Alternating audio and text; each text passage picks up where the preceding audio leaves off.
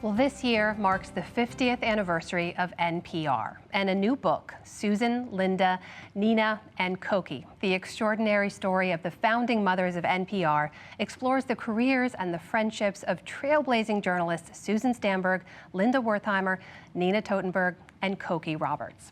Judy Woodruff recently spoke with Lisa Napoli, the author of that book, and Susan Stamberg about how those four women helped build National Public Radio into one of the country's most popular and respected media outlets. Susan Stamberg, Lisa Napoli, so good to have both of you with us. And Lisa, what a book. And it is NPR's 50th anniversary this year, and these women you've chosen to write about, they're women, we're familiar with them all today, but you remind us what an extraordinary uphill climb they had.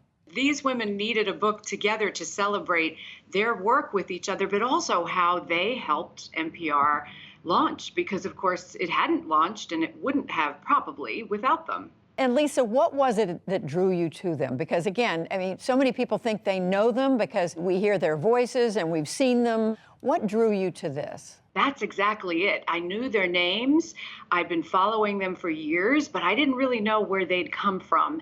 And Judy, that's why I love writing books. I loved practicing journalism for so long, but writing books, you can dig deeper and find out the why. And what really surprised me is the troubles that women faced. I knew from my mother that the economics for women were not always equitable, but I certainly didn't realize that there was a time when women weren't allowed to be on the air or even have a byline in the newspaper. So as a researcher and a writer and, an amateur historian, I just loved telling the story of this media outlet through the lens of these four women who were able to make inroads that they couldn't have just even a few years before.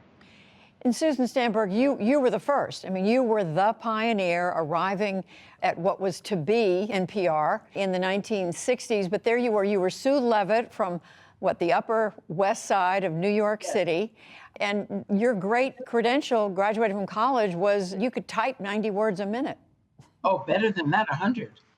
I was fast. These days, 90, because, you slow down over there. You're right.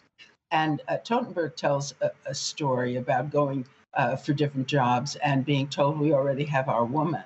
And Linda tells stories about having worked for a bit at the BBC in London. And the women would go out, record someone on tape, come back, and they would edit out the woman's voice. So, and then a man would come in and voice between the clips so that they were never heard.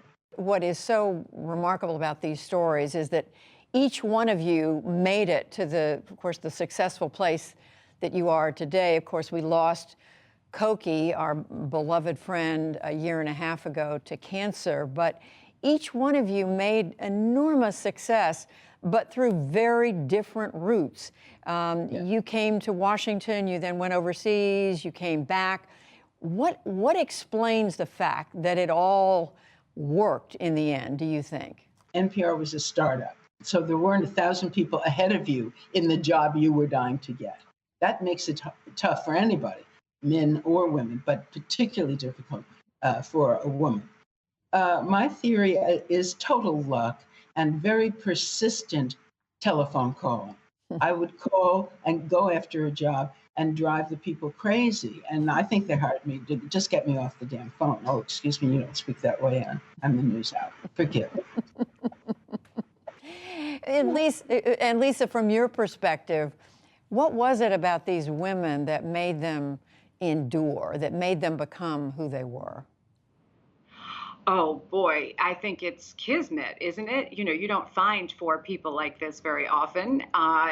Their stories, like you say, were so different, and their rises were so different. I mean, I don't think a lot of people remember that Linda Wertheimer was a consumer reporter before she knew Congress in and out, or that Susan had been behind the scenes and had the life that she had, or that Koki had to basically cry and beg to get a job. It was so difficult for her. So I think, it is a staying power. It is, I don't mean to diminish anybody's talent. A lot of it is luck, but really they were there at the birth of a new medium. As Linda said, it was a startup, but it was also FM radio exploding and public radio beginning. Right. And so all those things, that's what I love about this story. It's all these little elements that came together, and it was a combustible moment. You did extraordinary research. I mean, the fact that Coky's husband, Steve Roberts, gave her resume to Nina Totenberg at NPR because he really wanted his wife to have the job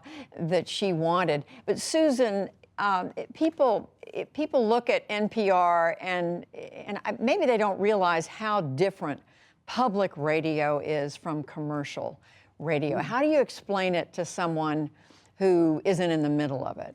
Well, it's non-commercial, so we don't interrupt things constantly, much like yourself, with various ads. We do a whole lot of underwriting, but that's a great strength. You can listen to it straight, get the information straight, and also full and balanced. Much of news, anyway, on television is kind of opinionation. That is, there's no effort to make it balanced or objective. But NPR does. It's our MO. It's what we do.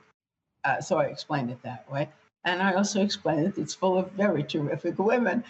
Lisa Napoli, what a great gift this book is for all of us who've depended on NPR and still depend on NPR for all these years, and to read in such fascinating detail about the lives of these four remarkable women. Thank you, and thanks Susan Stamberg for being there at the creation.